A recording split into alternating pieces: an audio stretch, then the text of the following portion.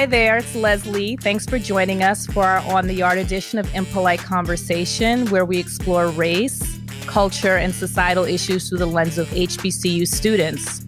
On the Yard happens every Friday. So it's National Hispanic Heritage Month. I'm today's co-host, Nava, and today we're going to chat with two Afro-Latinx students. I'll let you two introduce yourselves. Well, hello, everybody. My name is Liana Viaga. I'm a fifth-year student at FAMU. I'm Dominican and Cuban. Very excited to be here today. Hello, my name is Leonard McClinton. I am Puerto Rican, Cuban, and African-American, and I go to Morehouse College. Thanks so much for joining us. So before we start our discussion, let's just do some quick definitions. So you two, you identify as Afro-Latinx, which would mean you are part of the African diaspora. Does that sound about right? Yes. So Spanish obviously means you're from Spain, and we're talking about Europe, so it wouldn't be accurate for someone that's Puerto Rican to refer to themselves as Spanish in the same way someone like me who has a Jamaican parent wouldn't refer to myself as British. So Spanish would include people such as Penelope Cruz and Antonio Banderas, who are from Spain, but would not refer to Cardi B, who has a Dominican father and a Trinidadian mother, or the artist Miguel, who is African-American and Mexican. Those people wouldn't be Spanish. No. Yeah, it does sound right. So to continue, Hispanic just means from a Spanish-speaking country, right? So someone from Spain like Penelope Cruz, but also someone like America Ferrara, whose parents are from Honduras. Hispanic, right? Yeah. And then we have Latino/Latina, and then the non-gendered Latinx. And this refers to Latin American countries, and this term brings Brazilians into the fold since they speak Portuguese. Yeah, and Haitian. Mm-hmm. Oh, okay. I mean, obviously, Haiti and Dominican Republic are one piece of land that was, one was colonized by France and one was colonized by Spain. But I didn't realize that they are considered part of Latin America. Yeah, and so is French Guinea as well. Oh, didn't know that. Many times we really just talk about the Spanish-speaking countries because those are the vast majority, right? But Brazilians, yes, they're Latino, and Haitians, they are Latino, right? But also it comes into account of what is considered Latino because there is the anti-Blackness.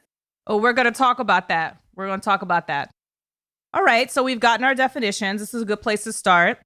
Spain, as you know, was a major player in the transatlantic slave trade. And as a matter of fact, some historians believe there is evidence to support that it was because of the Spanish that transatlantic voyages with enslaved Africans actually spiked. There's an article published by History.com that shares research conducted by two historians, David Wheat and Mart Eagle. It says in August 1518, King Charles I authorized Spain to ship enslaved people directly from Africa to the Americas. So he essentially granted a license to sell Africans as slaves in Spain's American colonies in 1518. And then they go on to say, this edict, as it was called, marked a new phase in the transatlantic slave trade in which the numbers of enslaved people brought directly to the Americas without having to go through a European port first rose dramatically. The transatlantic slave trade didn't start, obviously, in 1518, but it did increase after King Charles authorized direct Africa to Caribbean trips that year. So Spain may have increased the number of enslaved Africans it brought to the Caribbean after 1518 because the native people it had previously enslaved were dying from European disease and colonial violence.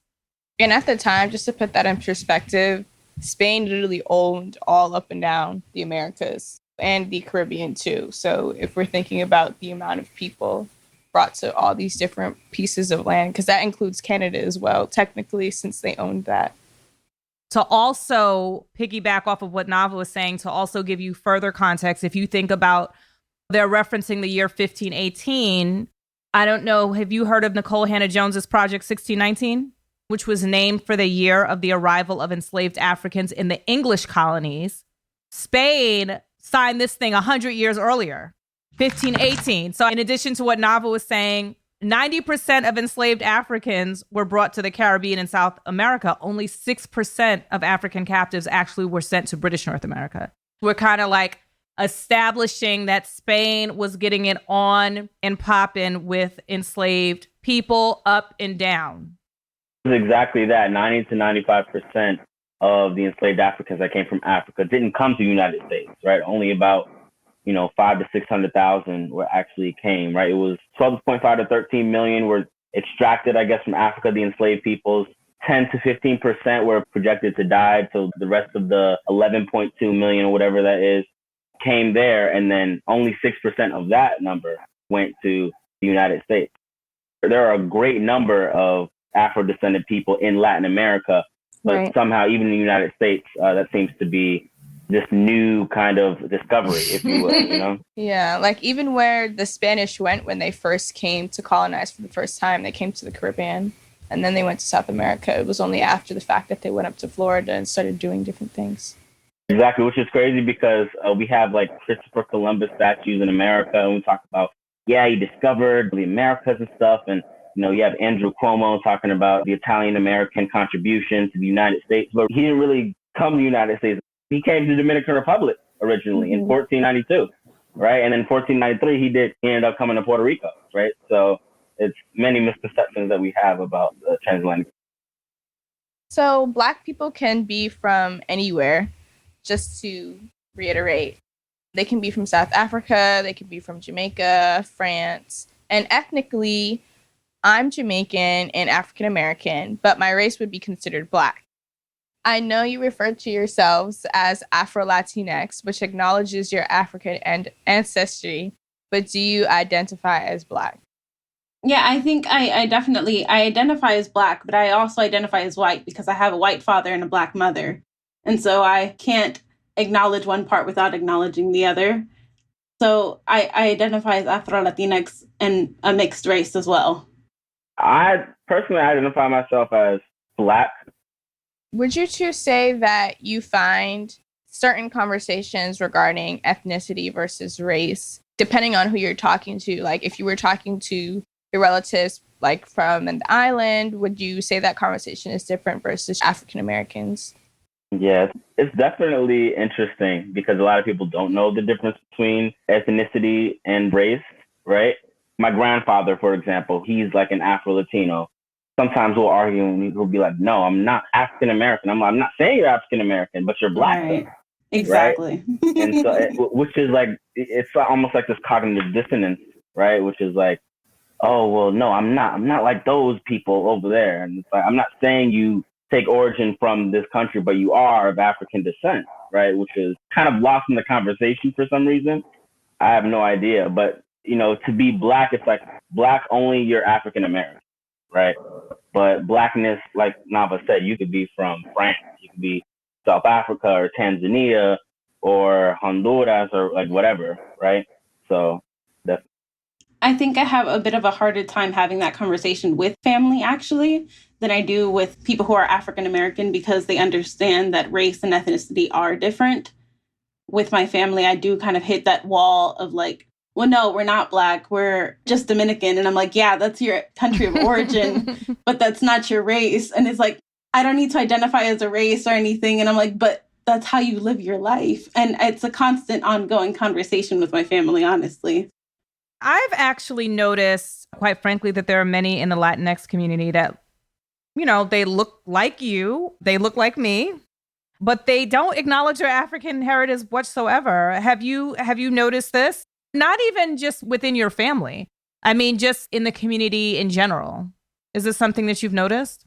Yeah, I get told a lot to not even acknowledge my Black side of my family because I don't look super Black. And so they're like, well, you would just have an easier time if you didn't go about saying that you're Black and you're white. You can just say you're Hispanic and that way things are easier for you. And it's like, no, that's part of who I am. That's part of my family. Why would you tell me to erase that part of me? So it's definitely a difficult conversation to have within communities of Latin people. It's also a product of how you grow up, right? I know some Dominicans and Puerto Ricans that look like me and they say, yeah, I'm Black, of course. Well, I'm not Spanish. Do I look Spanish? Right? And then you have some other ones that look like me that are like, oh, no, I'm Spanish and Taino. My great grandfather, he loves to say like, yeah, and he's black, like dark skin, like the, same hair as me, even, coarser. And he's like, yeah, my father, he was dark, but he had pure straight hair. He was pure Taino. And I'm like, no, he wasn't. I was, you know what I'm saying? Because there's a gravitation towards attributing yourself towards, okay, Spanish is good. Taino, okay, yeah, cool. African, no, right? I had a conversation with him and I was like, how does it feel to be an Afro-Latino, in Puerto Rico? And he was like, Afro? Oh, no. And I was like, yeah, slavery happened in Puerto Rico. They came there and in Spanish, they enslaved us. He was like, well, I don't know where they went, but they didn't come here. So there is this denial of, well, I know black. But it really just depends, right? Because some of my family and some people that I've known, they grew up where they were the darkest people in their family. Right. And that came with a lot of discrimination, even within their family and outside as well. So they were treated a certain way. So they wanted to move away from that as much as possible. For example, in Puerto Rico, there's a law called La Regla de Sacar, which is like the law of removal, which basically says if you have a white ancestor within the past 4 generations of your lineage, you can legally claim yourself as white. So it's almost the complete opposite of the one-drop rule in the United States. Culturally and legally, it was this mechanism of moving yourself away from blackness, the undesired, right, and moving towards the Spanish heritage, which is, the Spanish good, African bad, right? And that's how they attribute it. We want to move away from blackness. There's something that you said, I don't know if you're talking about talking to people in your community or talking to family members, and I have heard people say this too, and it sounds like nails on a chalkboard to me. I do find that I hear people in the Latinx community refer to themselves as Spanish. I'm Spanish. Can you, you are not Spanish. I am not British. The Haitians are not French. That's also a term that Black Americans will use in place of Hispanic at times. They'll be like, oh, well, he's not white, he's Spanish. Or he's Hispanic, like as synonyms. I'm like, no, I speak Spanish. I'm not Spanish, right? Paul Mooney has a good segment that he does where he's like, I'm going to prove it to you, because he says, Puerto Ricans, Dominicans, Cubans, they're just black people that can swim, right? Essentially, at the end of the day. He didn't use that term. Right. I know which one you're talking about. He says, let me prove it to you. He says, what am I speaking? And he said, English. He was like, do I look like Queen Elizabeth? Right? And everybody starts laughing. But it's true, right? It's I don't look like Queen Isabella, but that's the indoctrination of that self-hate. It's an epidemic that has been passed down. Speaking of which, Zoe Saldana, whose ethnicity is Puerto Rican and Dominican, gave an interview in August about her portrayal of Nina Simone in the 2016 biopic Nina. Zoe says, I should have never played Nina.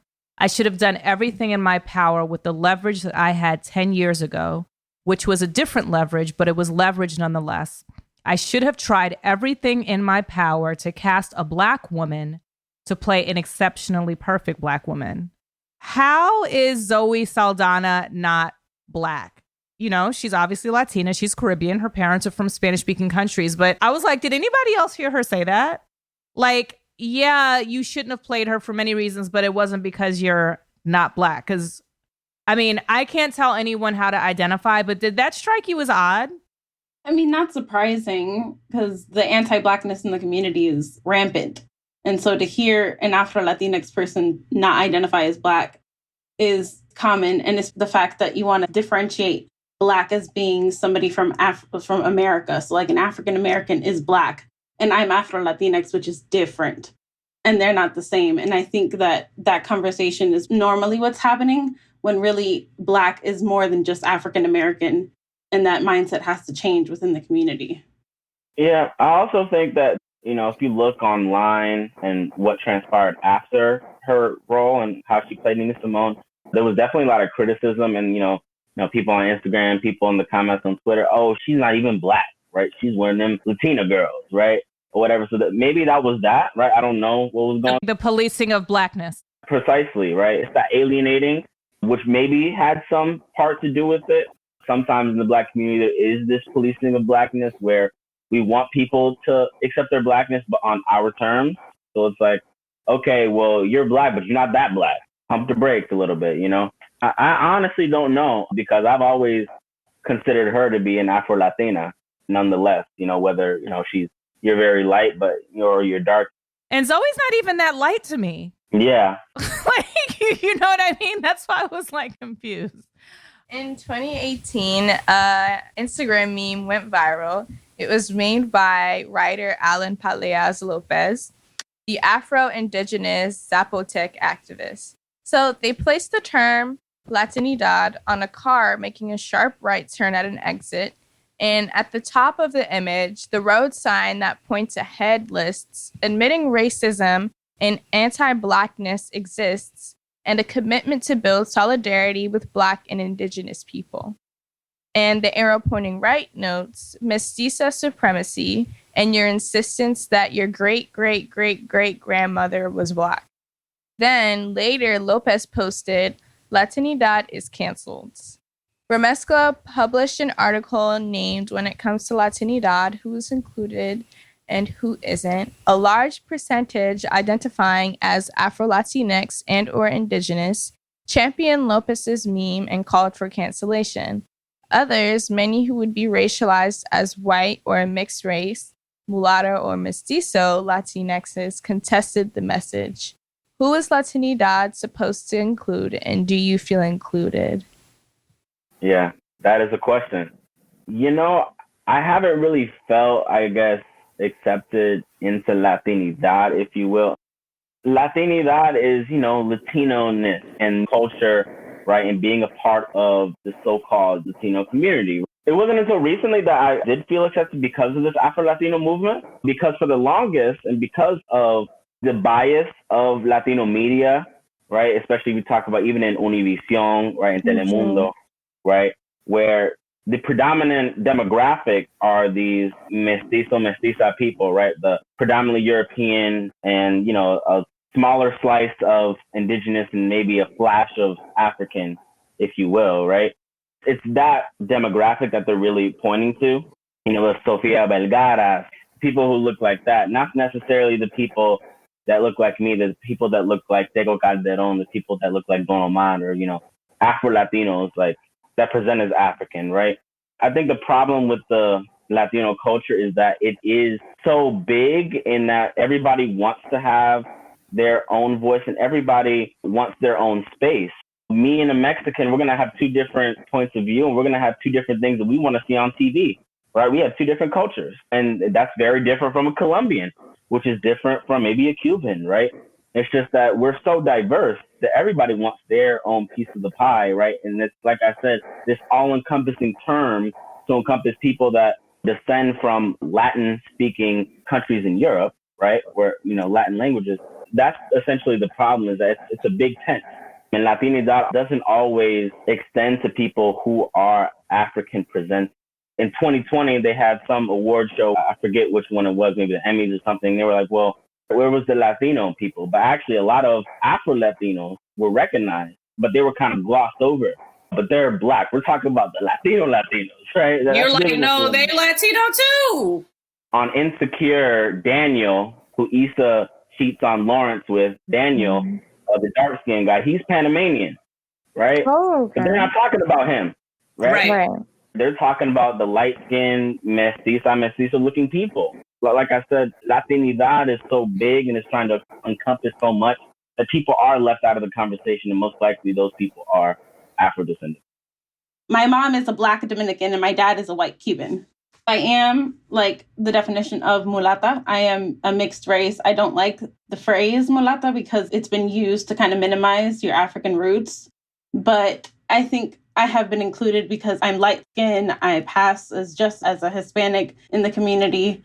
So I don't feel that exclusion, but like other parts of my family, definitely, like when I'm just around them, I kind of feel excluded from them in a sense. But I don't think I feel excluded from the community as a whole. And that's a privilege that I have. You said you feel excluded when it comes to your family. Which side do you mean, your mom's or your dad's? My mom's side, yes. So sometimes, yeah. I had a conversation with Dr. Katie Acosta. She's Afro-Dominican and a professor at Georgia State University. Oh. She said that she's had experience with folks in the Latinx community where they've said to her, I didn't know there were Latinas that look like you. Have you ever experienced this from people in your own community? In the Puerto Rican community, not necessarily, because I look like the people who are the reggaeton artists, the people who are on billboards like Ozuna and like Don Omar, all these people, they look like me, right? So I never had a thing where like, oh, you're Puerto Rican? I didn't know they made you, right? No. Oh, yeah. No, definitely not Puerto Ricans. Yeah, I wouldn't say so. What about you?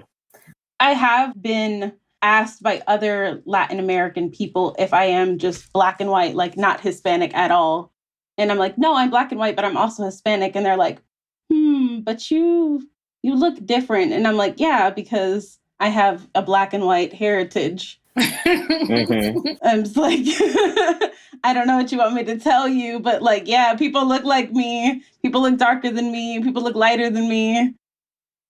I've really gotten comments from African Americans. I'll speak Spanish and you know, they'll be like, oh, you speak Spanish? Oh, well, you from out west? You know, assuming I'm like Mexican. I'm like, oh, wow. Cool, dude. I don't look Mexican at all, but all right. Or, you know, people just like, oh, wow, you're Latino. I thought you were just black. And I'm like, I am black. That's hilarious. When you look at what's exported culturally from Latin America in terms of music, film, TV shows, movies, how brands market, tourism boards, how they advertise, there's a very singular image of what the Latinx community looks like.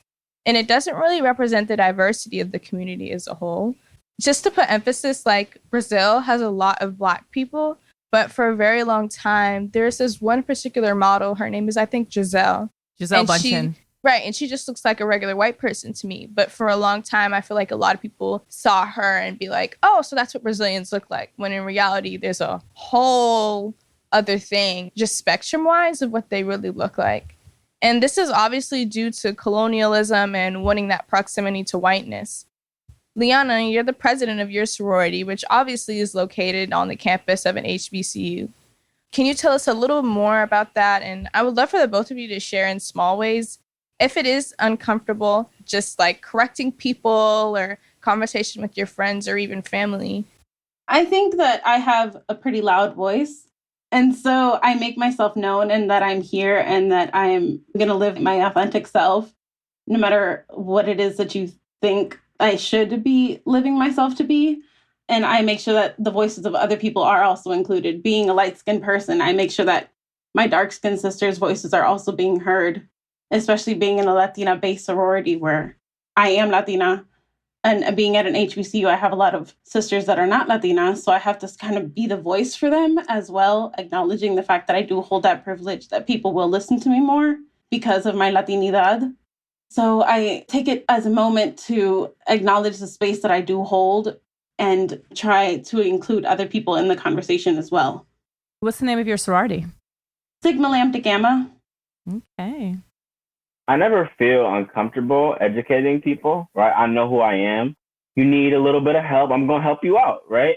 And I'm going to educate you, right? It's nothing where I feel uncomfortable.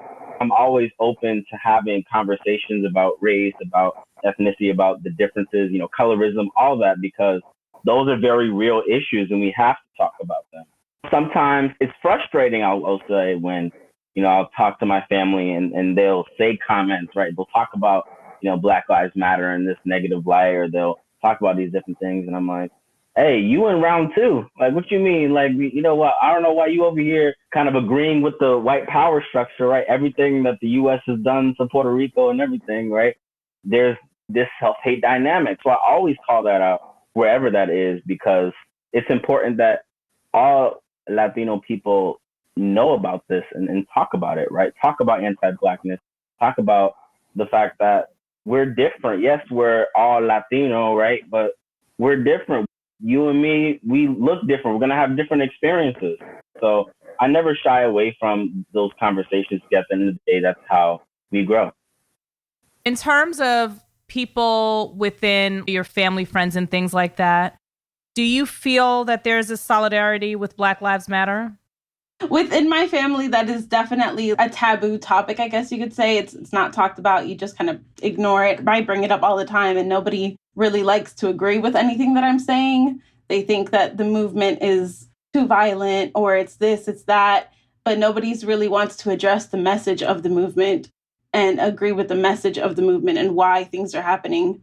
Everybody just looks at the negative aspects that are happening without really giving acknowledgement to the police brutality that's happening and the reasons why these actions have to happen and why these protests have to happen. I went to a protest and my family was very much like, why are you even involving yourself in this? I don't understand why you need to do this. You don't need to be out there giving a part of your voice. And I'm like, but why? Why shouldn't I? I have family members that are Black men and that these things could happen to. And so I'm standing up for them. But my voice kind of shakes because it makes me very passionate and frustrated with the whole situation, because it's like, I don't understand how you cannot see that this is also your fight, but you don't want to fight that fight. I will say it really depends on the family members. Those that are like in Puerto Rico, sometimes they will disagree a lot of times, but also, like I said earlier, Telemundo, Univision, and what they're covering, it's a very biased media organization. Like one day I'm with my grandmother and I'm listening to the news and they're basically like, oh my God, the Black people, they're attacking America. It's like, no, that's not what happened. That's not what's happening, right? And so a lot of it is they're misinformed because these Latino organizations are sometimes kind of right-leaning, right, conservative, and they don't have all the information. They're not as equipped with the information about Black Lives Matter. I just want to first say thank you to Leonard and Liana for chatting with us. This is our last question. So, as you know, the podcast is curated by the Iconoclast Dinner Experience. It's your last night on Earth. Where are you eating? Oh, I'm eating at my mom's house. I'm definitely eating like mango con los tres golpes, which is like... She hardly ever makes it, which is so sad. And it's like a typical Dominican breakfast. You've got mashed plantains, fried cheese, fried eggs, fried salami. It's awful. It's not healthy for you. That's what makes it good. Exactly. And I definitely have to have like some mori soñando with it, which is like orange juice and milk, which also sounds disgusting, but it is so good. Yeah, that would be my last meal. I'd die a happy woman. So I'm going to my great-grandparents' house in Bayamon. They live in the Bayamon, San Juan area, right? My ideal meal would be like a mix. So I got to go all in. So I got to get like a 10-piece, like wings. I love wings. That's my African-American side though. But I love wings, you know, mango habanero, lemon pepper, whatever. You know, I'm from Atlanta, so you know how we do. I got to have it, you know, with the blue cheese on the side. Okay. Right? Then I'm going to do like maybe an 8-piece sushi sashimi. I love sushi. I'll do that, you know, with the nigiri on the side, with a little rice and whatever, soy sauce. And then I'm going to have to do some mofongo, right? With un camaroncito with a little shrimp on it or whatever. And I make the best mofongo. You heard it from me. I have to make myself that and then some coquito, which is the holiday drink. It's kind of like eggnog, but way better. 100% better. Thank you for listening to Impolite Conversation, the podcast, curated by the Iconoclast Dinner Experience. You can follow us on Instagram and Twitter at Icon Dinner and on the Iconoclast Dinner Experience Facebook page. Let us know what you thought about this episode. Hit us on socials or send us feedback at press@iconoclastdinner.com. If you haven't yet, please subscribe to our podcast, and we'd also love it if you rated and reviewed us.